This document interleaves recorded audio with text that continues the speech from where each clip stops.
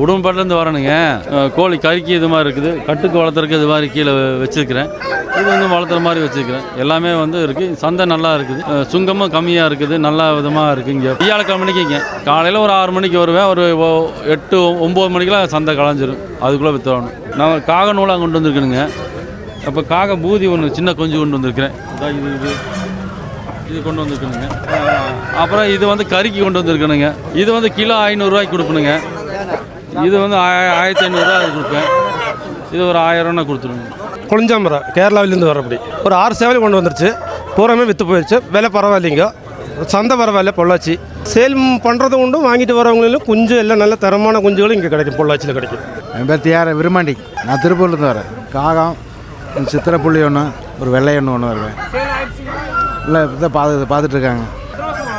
நான் ஒரு 15 வருஷமாக இருக்கும். பொள்ளாச்சி வந்து நல்லாயிருக்கு. சேவல் கொண்டு வந்துருக்குது, மயில் சேவலுங்குது. 4 ரூபா சொல்கிறேங்க, 3.5 கேட்குறாங்க.